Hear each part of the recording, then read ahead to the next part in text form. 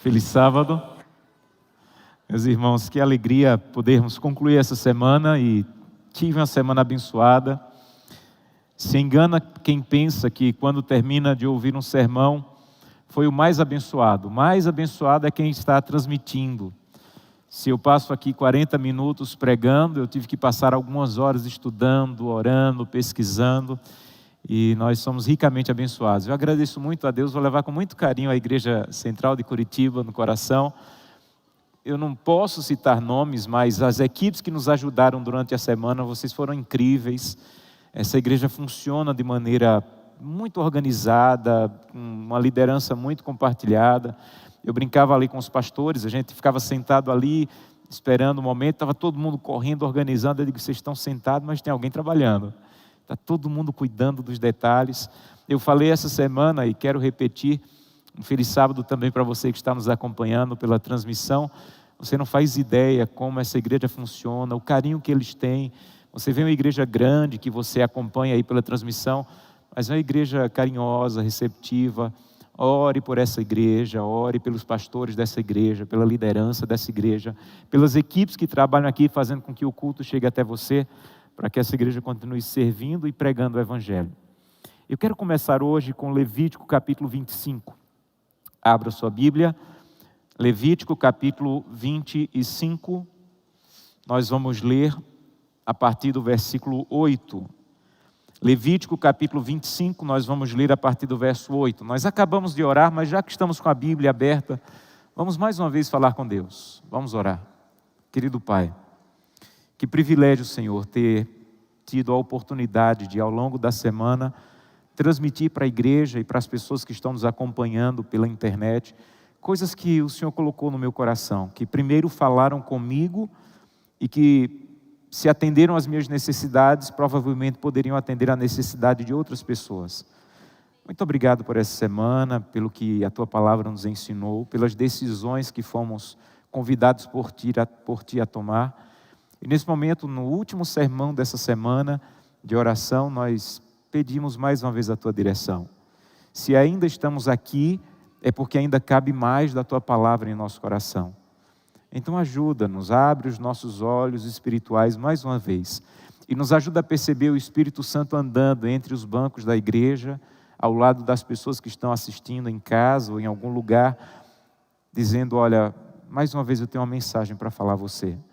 Que ao sairmos daqui possamos mais uma vez dizer, eu ouvi a voz de um homem, mas a palavra foi de Deus. É o que te peço em nome de Jesus. Amém.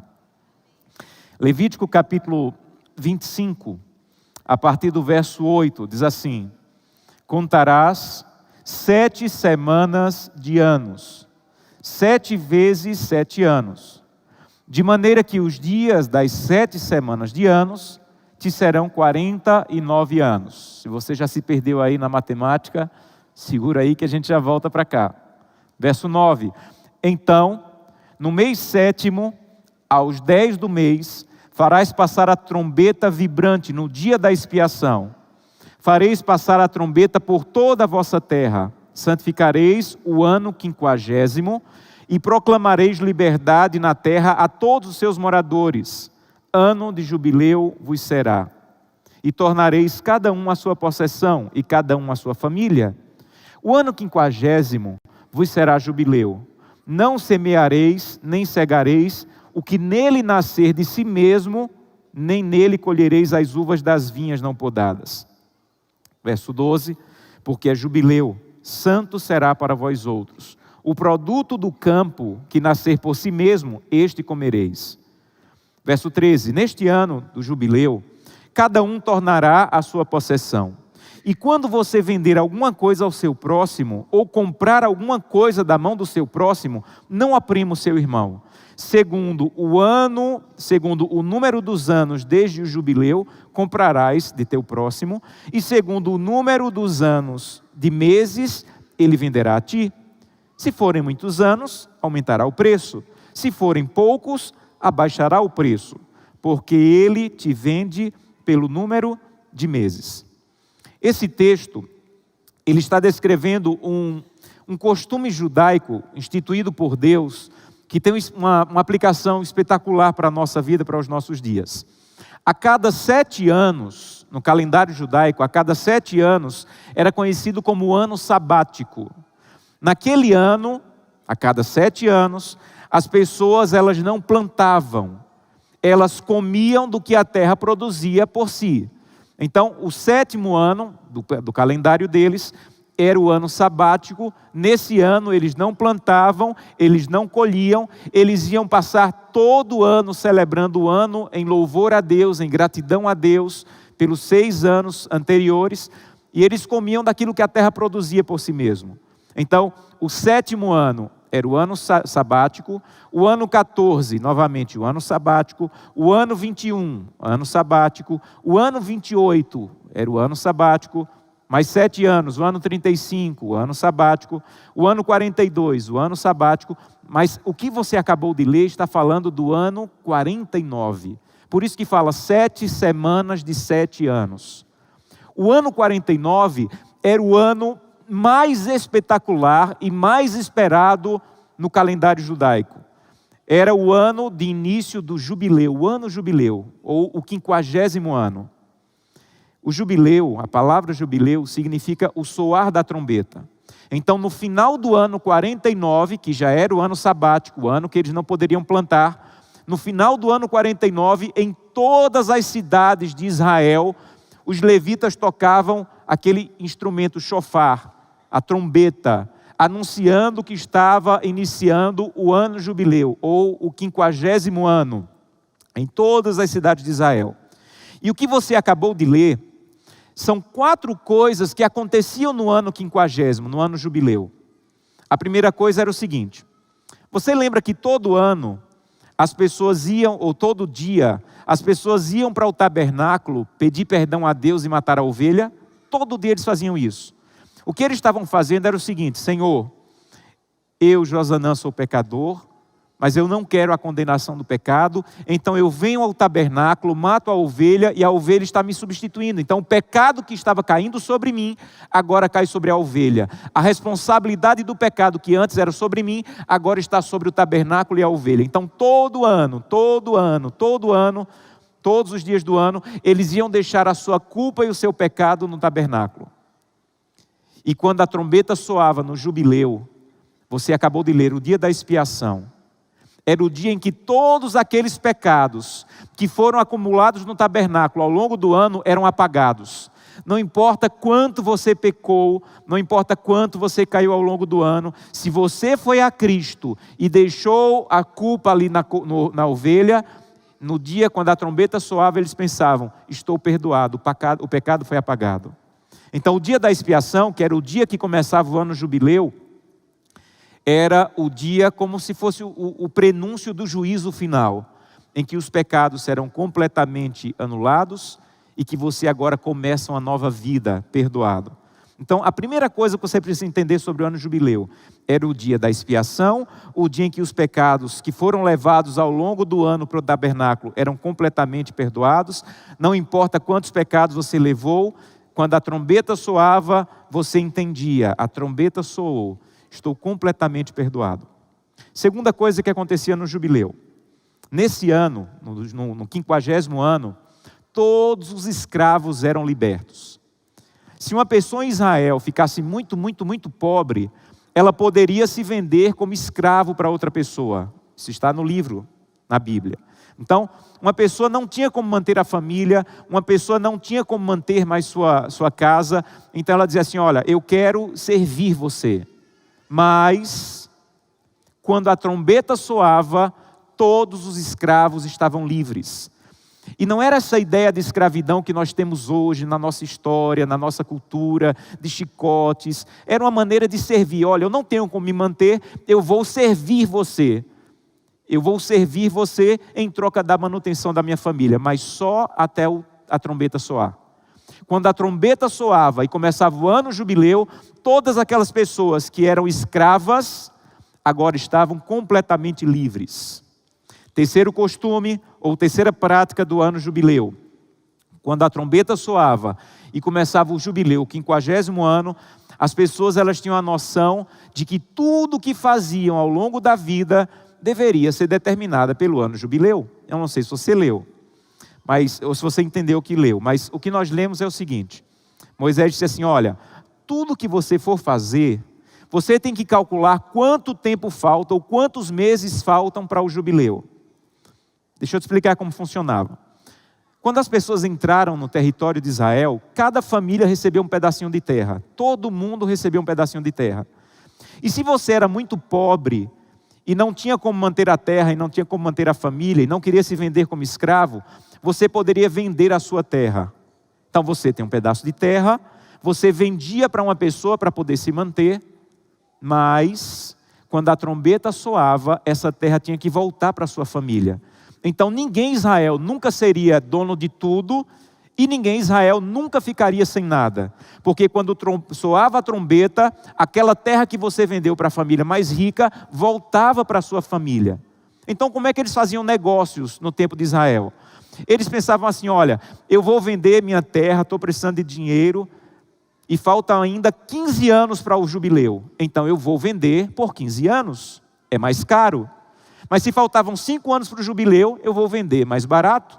Então toda pessoa em Israel acordava e dormia, quando ia fazer negócio, quando ia vender, ele pensava: quanto tempo falta para a trombeta soar? Eu tenho que calcular a minha vida, eu tenho que planejar meu negócio, eu tenho que guiar as minhas decisões por quanto tempo falta para a trombeta soar. Tudo que eles faziam nos negócios de Israel duravam até o jubileu. Quando acabava o jubileu, quando tocava a trombeta no jubileu, a terra voltava para o seu dono. Por isso eles tinham que saber exatamente quando a trombeta vai soar, para poder guiarem os seus negócios, sua vida, de acordo com o soar da trombeta. E o último ponto do jubileu. Esse era um ano que, de maneira espetacular, eles recebiam o cuidado de Deus. Pensa comigo. No ano 49, que era o ano sabático, eles não plantavam. No ano 50, que era o jubileu, eles também não plantavam. No ano 51, eles até plantavam, mas a colheita só era mais no final do ano. Então eles passavam o ano 49, dependendo de Deus, o ano 50, dependendo de Deus, e o ano 51, dependendo de Deus.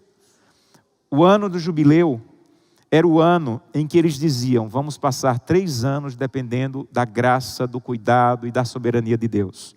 Não importa quanta luta, quanto trabalho você tivesse para manter a família, quando soava a trombeta você dizia: Deus irá nos sustentar, Deus irá nos proteger, Deus irá nos providenciar alimento. Pastor, o que é que isso tem a ver comigo? Deixa eu te dizer o que isso tudo tem a ver com você. O profeta Isaías, 700 anos antes de Cristo nascer, ele recebeu uma profecia. E a profecia dizia o seguinte: quando o Messias vier, ele tem que anunciar o ano jubileu. Para você saber se o Messias é verdadeiro ou falso, um dos requisitos era: ele tem que começar o seu ministério anunciando o ano jubileu. Essa profecia está no livro de Isaías. Abra sua Bíblia. Isaías capítulo 61, é a profecia que o Messias deveria anunciar para poder confirmar que ele realmente era o Messias. Isaías capítulo 61, verso 1 em diante. Olha o que diz. Isaías 61, o Espírito do Senhor, Deus, está sobre mim. Porque o Senhor me ungiu para pregar boas novas aos quebrantados, enviou-me para curar os quebrantados de coração e proclamar liberdade a todos os escravos e pôr liberdade os algemados. Exatamente o que acontecia no jubileu.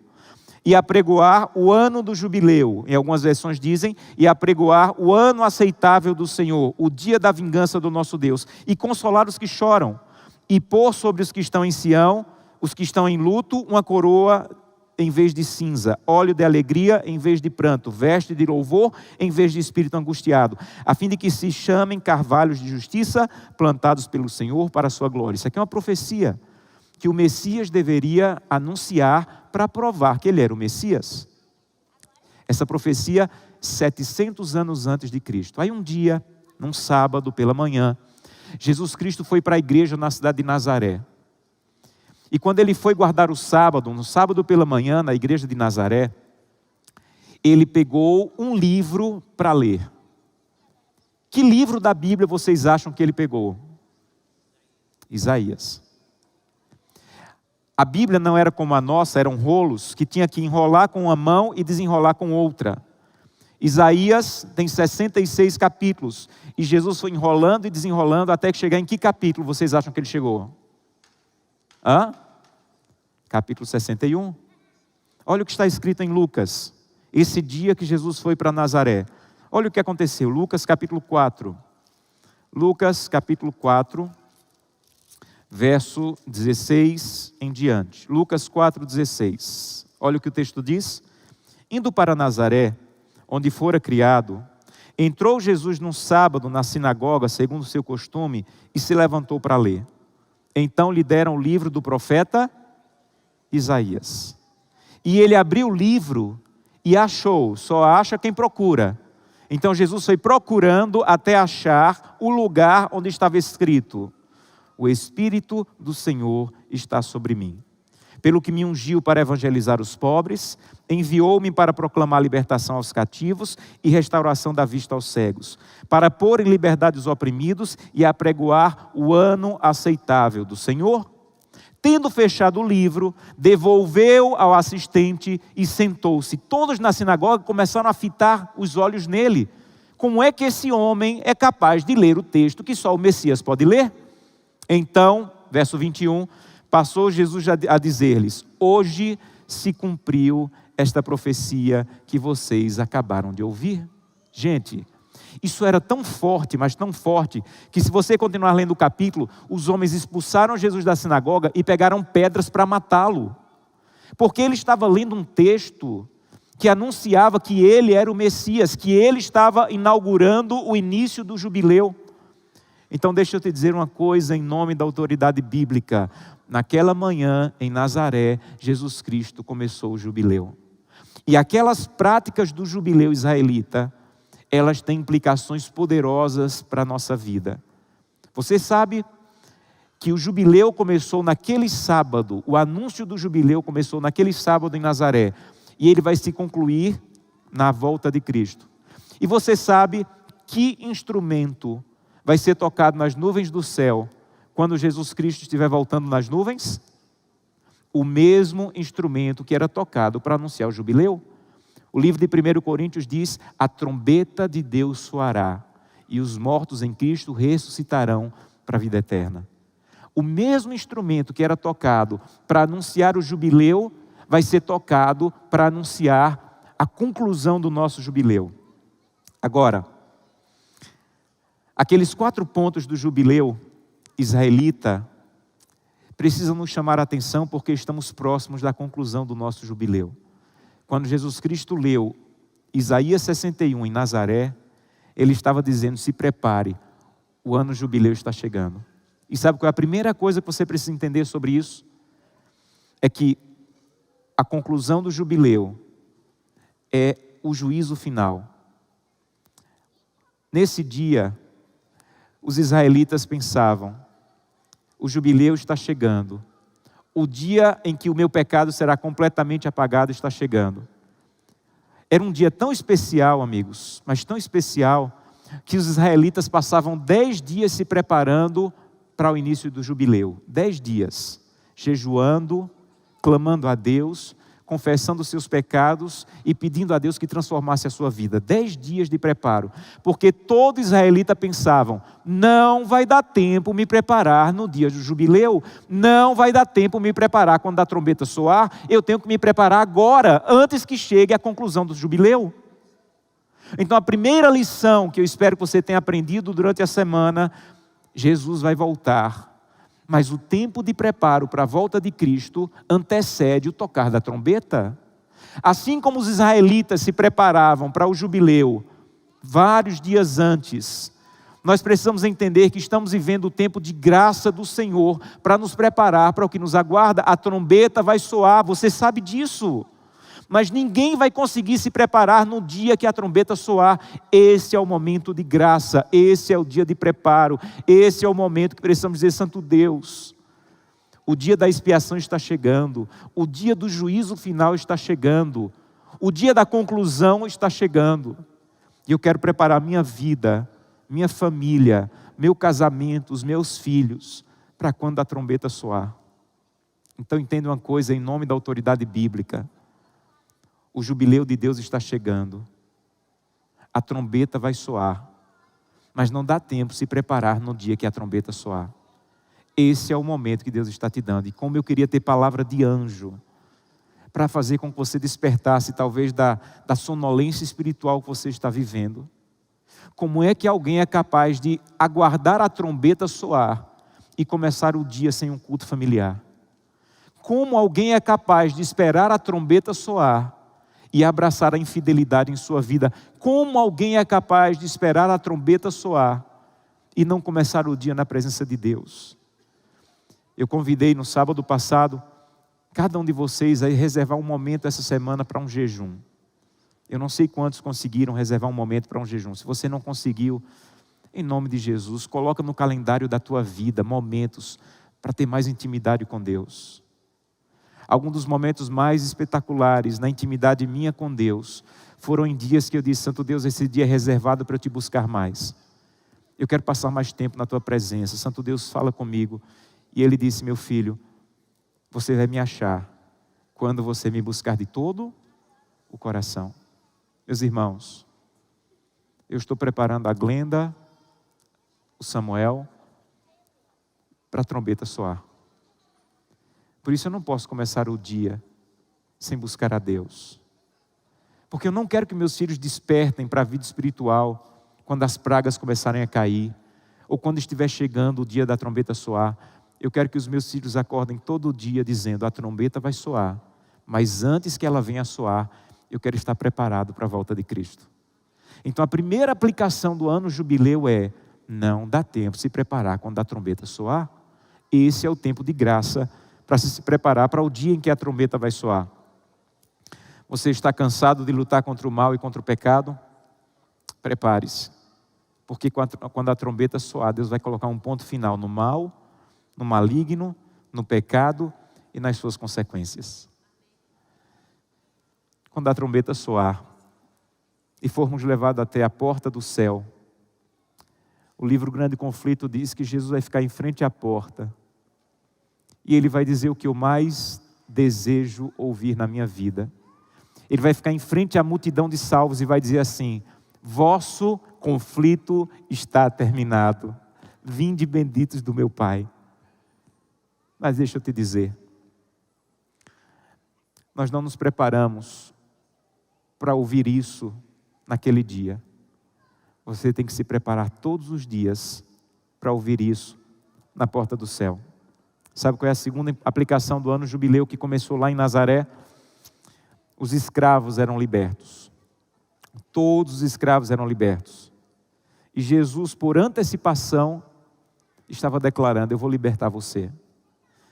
Paulo diz no livro de Gálatas, capítulo 5, verso 1, para a liberdade você foi comprado por Jesus Cristo. A liberdade já está disponível. Satanás não tem mais direitos ou autoridade sobre você, aleluia. Satanás não tem mais direito ou autoridade sobre você. Jesus Cristo declarou a tua emancipação do inimigo. Na história, no dia 1º de janeiro de 1863, o presidente Abraham Lincoln assinou o decreto de emancipação, libertando todos os escravos da América do Norte.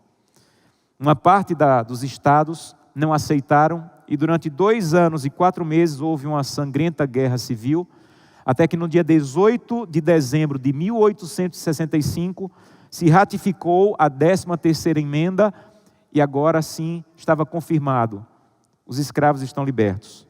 Mas tinha um problema: legalmente eles estavam libertos, mas nem todos experimentaram a liberdade, por alguns motivos. O primeiro, muitos deles nunca escutaram a notícia de que estavam libertos.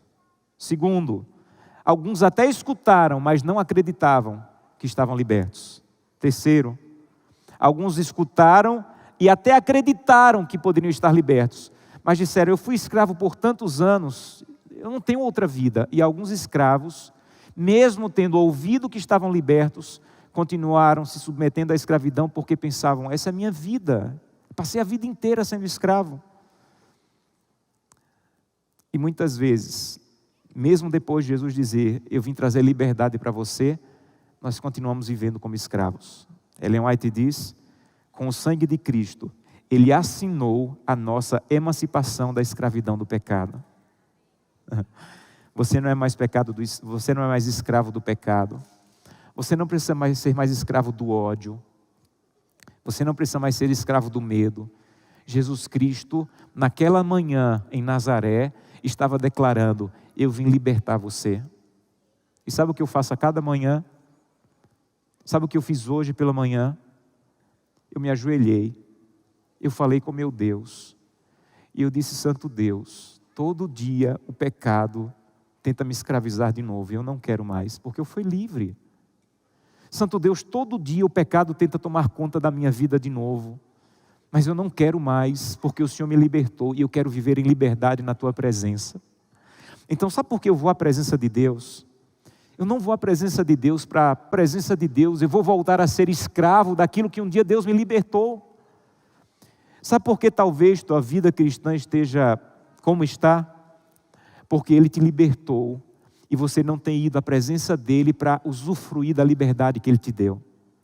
Sabe por que teu coração está preso ao ódio? Porque um dia Ele te libertou, mas você não tem ido à presença dEle para que Ele confirme a cada manhã essa liberdade.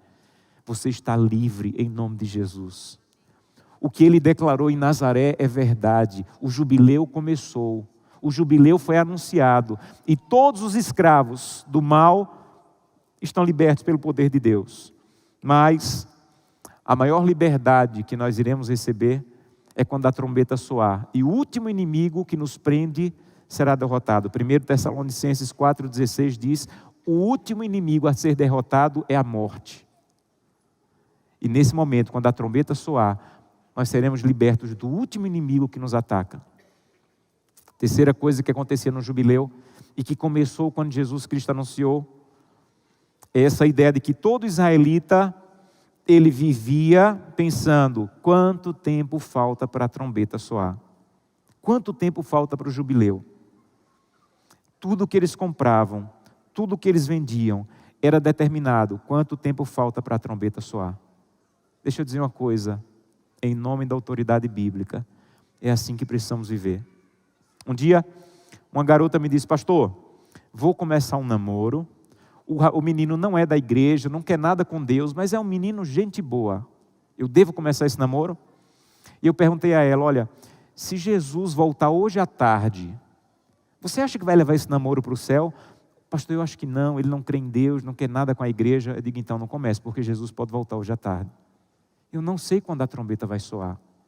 Então, eu tenho que dirigir minha vida do jeito que Deus orientou os israelitas a dirigirem, em pensar que tudo na minha vida tem que estar olhando para o dia que a trombeta vai soar. Eu vou escutar uma música, eu tenho que pensar, será que essa música vai tocar na rádio do céu?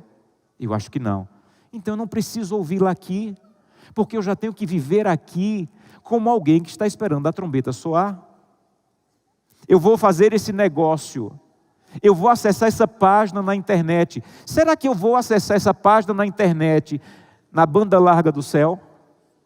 Eu acho que não. Então não acesse essa página na terra. Você quer viver uma vida cristã sólida? Você tem que dizer, a trombeta vai soar. E eu tenho que viver agora, pensando sempre no dia que a trombeta vai soar. Os meus relacionamentos, a maneira como eu trato meus filhos, a maneira como eu trato a minha esposa, a maneira como eu faço um negócio, a maneira como eu acesso, o que eu como, o que eu visto, tudo tem que ser dirigido, não é simplesmente pelo manual da igreja, pelo que a igreja te orienta, é pelo soar da trombeta.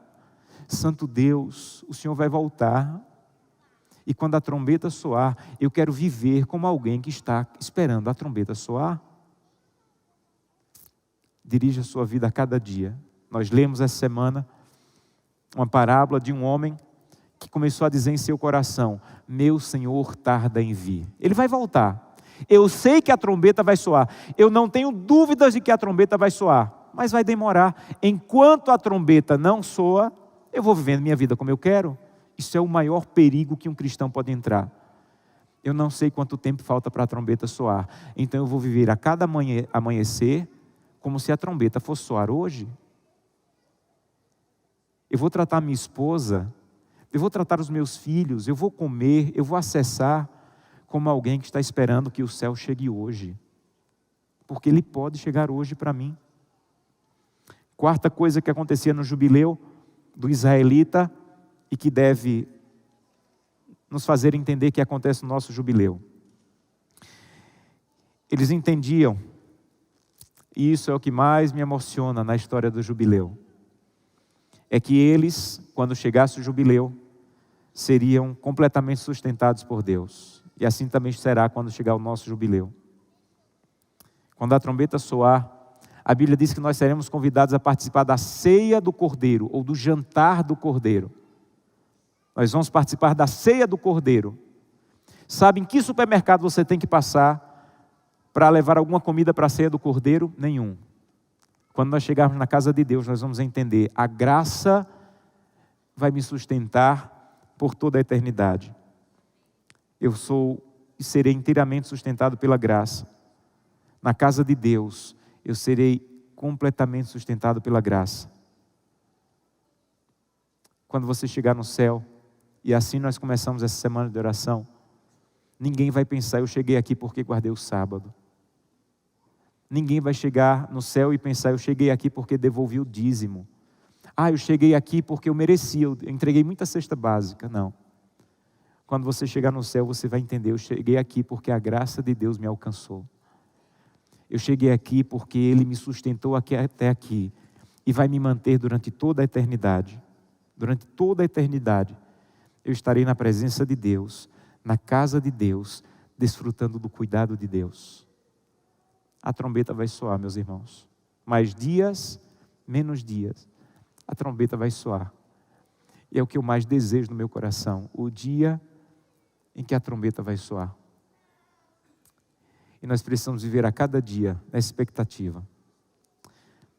Um dia eu fui pastor no interior do estado de Pernambuco, e no meu distrito pastoral, eu tinha 22 cidades. E algumas dessas cidades não tinha a presença da igreja, ainda não existia a igreja adventista lá. E um dia, um comportor vendia livros nas casas, ele foi na minha casa e disse assim, pastor, eu descobri que numa cidade aqui vizinha, que nós achamos que não tem nenhum adventista, eu descobri um adventista nessa cidade. Vá lá visitá-lo. Era uma cidade bem pequena, e quando eu cheguei, eu perguntei assim na praça, olha, alguém aqui conhece onde mora o seu Bastos? E as pessoas disseram rapidamente, olha, ele mora ali, uma cidade pequena, todos o conheciam. Eu bati a porta, quando ele atendeu, um senhor de quase 90 anos, eu perguntei, o senhor é o seu Bastos? Ele disse, sou. Eu estendi a mão e disse assim, prazer, eu sou pastor da igreja adventista. E ele fez uma festa, me convidou para entrar. Ele havia batizado na capital, havia ido lá para o interior e havia perdido o contato com a igreja. Mas continuava firme, guardando o sábado, sendo fiel a Deus, enviava os dízimos dele para uma igreja vizinha. Ele se mantinha firme buscando a Deus. Eu fiquei impressionado com aquele homem. Ele disse que depois do batismo dele, há 30 anos, eu era o primeiro pastor que o visitava. E eu perguntei, seu Bastos, como é que o senhor consegue ficar firme na fé? Sem pastor lhe visitar, sem semana de oração, sem novo tempo. Como é que o senhor consegue ficar firme na fé? E ele me disse uma coisa que eu nunca vou esquecer na minha vida. Ele disse, pastor, eu não quero lhe magoar, mas já que você perguntou, eu vou responder. O pastor que eu preciso de verdade, todo dia vem na minha casa. O que é que você diz? Deus seja louvado. Sabe o que é que aquele homem estava dizendo? Eu entendi que a trombeta vai soar e que o meu contato diário com Deus é o que vai manter a minha vida espiritual. Se a Igreja Central de Curitiba parasse de transmitir os sermões e fechasse as portas, o que sobraria da tua vida espiritual? Se a Igreja Central de Curitiba dissesse, olha, não temos mais como ter culto, nem transmitir culto, o que sobraria do teu contato com Deus? Você lembra o que eu falei no início da semana? Tudo que a igreja nos oferece é uma sobremesa espiritual. Uma bonita semana de oração é uma sobremesa espiritual. Um pregador que veio de fora é uma sobremesa espiritual. E tem crente vivendo de sobremesa. Isso aqui é só uma sobremesa. Sabe qual é o banquete de verdade? É só você e Jesus de madrugada, com a Bíblia aberta e o joelho no chão. Ali é banquete. Você pode até ficar vivo comendo sua sobremesa, mas você vai ficar doente. Então eu quero convidá-lo no final da semana a dizer: Santo Deus, obrigado pela sobremesa, mas é só uma sobremesa. Por favor, não me deixe esquecer que eu preciso do banquete toda manhã. Eu preciso acordar toda manhã e dizer: Santo Deus, volta hoje, Senhor. Volta hoje. Um dia, Jesus apareceu para João. Abra sua Bíblia, Apocalipse capítulo 22. Jesus tinha dito para João, João era o discípulo mais novo dos 12, era o mais jovem. E muitos anos antes Jesus tinha dito: olha, não se turbe o vosso coração. Creiam em Deus, creiam também em mim. Na casa do meu Pai há muitas moradas, e quando eu for e vos preparar lugar, eu vou voltar e vou buscar vocês. Não temam, eu vou voltar. Os anos passaram, os amigos de João foram martirizados, a igreja foi perseguida, João foi preso, João foi jogado na ilha de Pátmos, sofreu, a igreja estava toda espalhada. Aí, quando está concluindo o livro do Apocalipse, Jesus chega para João e diz o seguinte para João, Apocalipse, capítulo 22, ele diz assim: João, escreve aí o que eu vou te dizer. Apocalipse 22, verso 18. E todo aquele que ouve as minhas palavras desse livro, não deve tirar nada, não deve acrescentar nada. Se alguém tirar alguma coisa, Deus tirará a sua parte na árvore da vida. Verso 20. Aquele que dá testemunho destas coisas diz: certamente venho sem demora.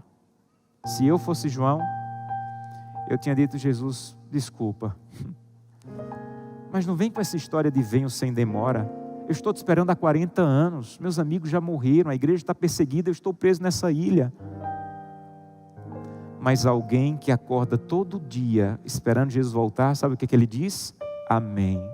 Vem, Senhor Jesus. Se hoje, Deus seja louvado. Se amanhã, Deus seja louvado. Francisco de Assis um dia estava capinando o quintal da casa, e um amigo passou e disse assim: Francisco de Assis, se Jesus voltasse daqui a meia hora, o que é que você faria? Ele parou e disse assim: se Jesus voltasse daqui a meia hora, dava tempo eu terminar de capinar o quintal. Sabe o que ele estava dizendo? Quem está preparado para a volta de Jesus, está sempre preparado. Eu não preciso mudar minha vida, porque eu sei que a trombeta vai soar daqui a meia hora. Eu não vou começar agora a fazer o culto familiar, porque eu sei que Jesus volta amanhã. Eu não sei quando Ele volta, mas eu quero colocar minha casa em ordem, minha vida em ordem, meus acessos na internet em ordem, o meu corpo em ordem, as minhas finanças em ordem, porque quando a trombeta soar, eu só quero olhar para cima e dizer: esse é o Deus que eu aguardava todo dia. Todo dia. Me permitam terminar com uma última história. Eu li há alguns anos um livro, em português o título seria A Igreja que Não Morria. Espetacular o livro, de um autor chamado Don Carman. Ele falou sobre um período em que a igreja no Camboja, onde o nosso pastor William serviu por alguns anos, por algum tempo, ele falou sobre um momento em que a igreja no Camboja foi perseguida. É um livro espetacular, e um dos capítulos do livro, ele conta sobre a história de uma família, de um homem chamado Hain. Eles viviam num pequeno vilarejo chamado Siem Reap, e essa família cristã foi presa, e os 5 integrantes da família foram condenados à morte. A polícia que perseguia os condenou à morte. Eles foram amarrados um dia, no dia que antecedia a morte, e no outro dia eles seriam executados. Durante a manhã, eles haviam passado a noite orando, e durante a manhã, os policiais vieram, desamarraram, e colocaram eles em frente às covas onde eles seriam enterrados, e deram tempo para o senhor Hain falar algumas coisas. E sabe o que ele falou? Ele começou a falar para os policiais sobre Jesus Cristo. sobre a salvação e sobre a vida eterna. Quando ele terminou, os policiais se organizaram para a execução, e o filho mais velho do Sr. Rai se desesperou e rapidamente saiu correndo para a mata.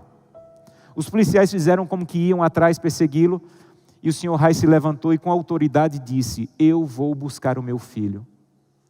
Os policiais se assustaram com a autoridade dele. Ele foi até a beira da mata e começou a falar bem alto: filho, para que ganhar alguns dias de vida miseráveis fugindo na selva, solitário e perdido? É melhor você se unir à sua família, aceitar que publicamente você não quer abandonar Jesus, até o dia que a trombeta soar, sua família será ressuscitada e estaremos completamente juntos e unidos no céu. Filho, com autoridade ele disse: filho, volte. As árvores, os arbustos começaram a mexer, e lá do meio do arbusto veio chorando o filho do Sr. Rai. Abraçou o pai, se ajoelharam, e naquele dia toda a família perdeu a vida por um único propósito. A coroa da vida eterna valia mais para eles do que a própria vida. Deus não está chamando nenhum de nós até esse momento para entregar a vida pela causa. Ele só está nos convidando a viver ao lado dele, de maneira íntegra, de maneira fiel. Eu queria convidá-lo a dizer: Santo Deus, eu não sei quando a trombeta vai soar, mas quando a trombeta soar eu quero estar de pé, com minha família. Eu quero estar ao teu lado, eu quero estar firme. Alguns judeus tinham o costume de, quando terminava o ano, no dia da expiação, eles diziam um para o outro: até o próximo ano em Jerusalém. Até o próximo ano em Jerusalém. Deveríamos acordar todos os dias dizendo que Jerusalém chegue logo. Nós vamos ouvir uma música nesse momento. E eu queria que você louvasse também, ou ouça com atenção essa música. E ao final eu quero fazer 2 convites muito especiais. Preste atenção na letra, se você quiser louve também. Fala com Deus um pouquinho do que você entendeu da mensagem dessa manhã. E ao final eu quero fazer 2 convites.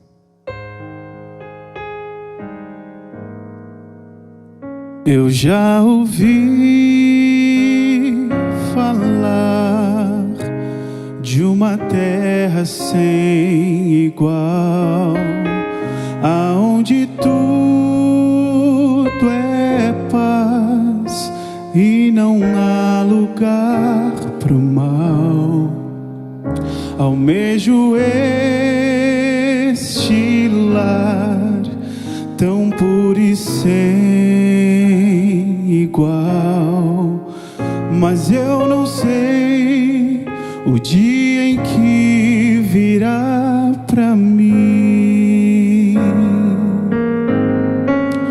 E enquanto estou aqui, começo a pensar que deste bom lugar já posso desfrutar. E quando vejo mãos se unindo, multidões cantando hino, vejo anjos celebrando, é o céu que está chegando. Eu posso aqui provar as delícias deste lar, se eu procurar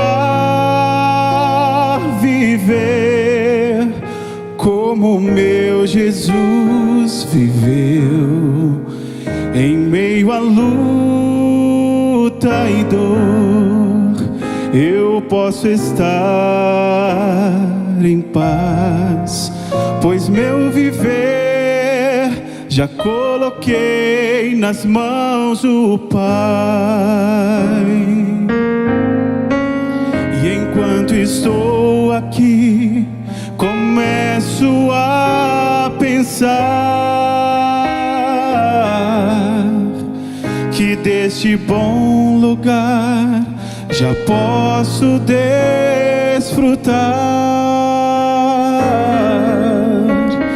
E quando vejo mãos se unindo, multidões cantando o hino, vejo anjos celebrando, é o céu que está chegando. O céu é aqui, se eu tomo tempo pra louvar. O céu é aqui, se eu me ajoelho para orar. O céu é aqui, se eu aprendi a perdoar. O céu é Jesus, e onde Ele estiver, o céu será ali. Pois não existe céu sem Jesus, e não existe paz sem Jesus. Sem Ele a riqueza do universo é sem valor. Pra que mar de cristal sem Jesus, e flores que não murcham sem Jesus? Pra que viver pra sempre sem ter a companhia de Jesus? E eu volto a afirmar: o céu é aqui, se aqui Jesus está. O céu é aqui, se eu tomo tempo pra louvar. O céu é aqui, se eu me ajoelho para orar. E o céu é aqui, se eu aprendi a perdoar. O céu é Jesus, e onde Ele estiver, o céu será ali. O céu é Jesus, e onde Ele estiver, o céu será ali.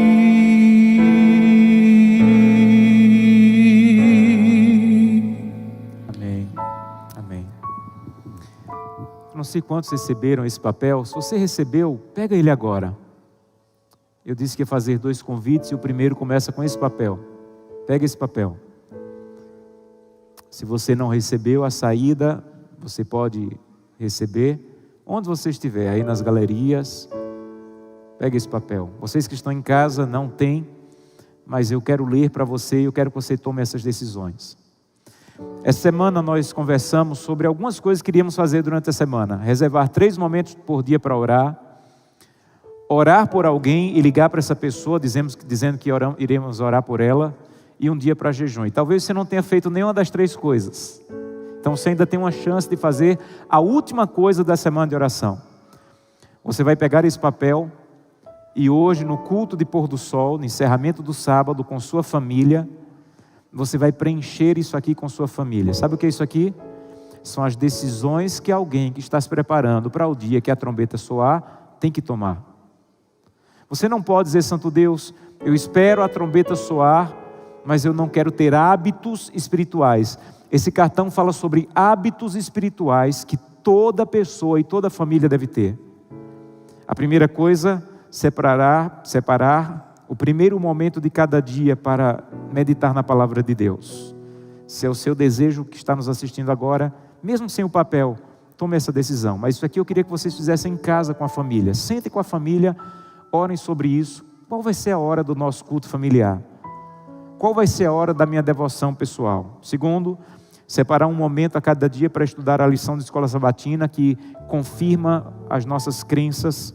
Terceiro, escolher 2 momentos ao dia para um culto familiar. Que momento nós vamos fazer esse culto familiar, pela manhã e pela noite? Na minha casa, pela manhã é muito rápido, mas fazemos o culto à noite, demoramos mais, temos mais tempo, mas não podemos sair de casa sem buscar a Deus como família. Depois, ter um momento de comunhão com Deus através da oração. Depois, dedicar fielmente o dízimo ao Senhor, que corresponde a 10% das minhas rendas. Depois, escolher, como eu falei ontem, um percentual regular de ofertas. Você vai escolher aqui com sua família qual é o percentual de oferta que vamos entregar. Depois, para mim, um dos mais importantes, escolher um hábito saudável. E eu queria que você escrevesse aqui. Talvez você escreva dormir mais cedo. Escreva aqui. Talvez você escreva aqui fazer atividade física. Escreva aqui, escolha um hábito saudável. Tirar isso aqui da minha dieta, que eu sei que não deveria estar. Escreva aqui.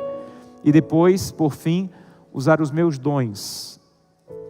Muitos dos papéis que vocês receberam é um adesivo. Então cole na sua lição, onde você possa ver dos hábitos que vocês tomaram. Essa é a primeira decisão. Senhor, eu quero estabelecer esses hábitos. E quando a trombeta soar, eu quero estar de pé com minha família. Segundo convite. Ontem nós fizemos um convite, eu quero refazer hoje. Esse mês é um mês muito especial. É um mês em que muitas pessoas estão renascendo em Cristo através do batismo. Por isso chamamos de batismo da primavera. É o batismo do renascer em Cristo. Eu não posso terminar essa semana de oração sem orar por aquelas pessoas aqui ou que estão em casa, que estão tomando essa decisão. Os que estão aqui, eu tenho um desafio maior.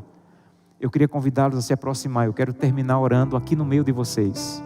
Aqueles que estão se preparando para um batismo, Deus seja louvado. Se você está em casa, coloque-se em pé. Deus seja louvado. Está orando. Amém. Amém. Amém. Deus te abençoe. Há mais alguém que está se preparando para o batismo? Vou anotar o nome deles para levar em oração.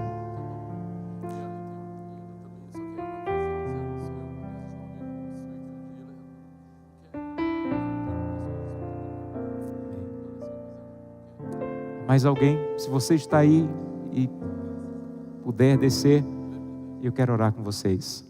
Há mais alguém que está se preparando para entregar a vida através do batismo nesse mês tão especial? Amém. Deus seja louvado. Que bênção ver os pais trazendo os filhos. E a decisão que um dia vocês tomaram, agora os filhos tomando. Deus seja louvado. Deixa eu dizer para vocês aí, ó, juvenis. Eu fui batizado aos 9 anos. Alguém aí tem 9 ou 10 anos?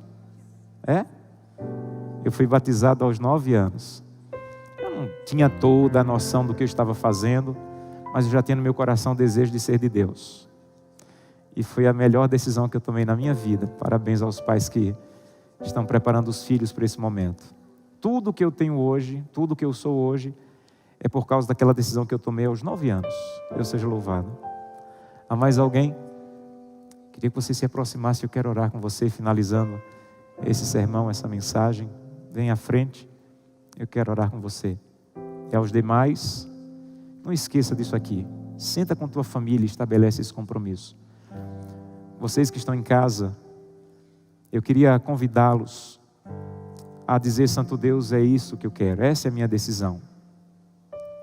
Eu quero entregar a vida através do batismo. Na tela você está vendo um QR Code, aponte aí e ele vai te orientar sobre como tomar a sua decisão. Vamos orar? Querido Pai, muito obrigado por tua palavra. Muito obrigado porque um dia, num sábado em Nazaré, o Senhor disse: eu vou pôr fim ao pecado. Eu vou libertar vocês. Vocês não precisam ser mais escravos do pecado. Mas, por favor, vivam a cada dia esperando o soar da trombeta. Santo Deus, ajuda-nos a entender o que significa o ano jubileu.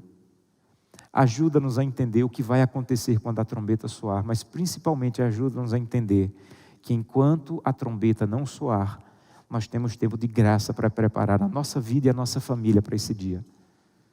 Por favor, abraça cada pessoa que está aqui à frente. Cada pessoa que está tomando a decisão de ser batizado. Que esse mês essa igreja tenha um lindo batismo da primavera, em que muitas vidas irão entregar publicamente através do batismo, dizer: eu pertenço ao Senhor e quero estar preparado até o ano, o dia do jubileu.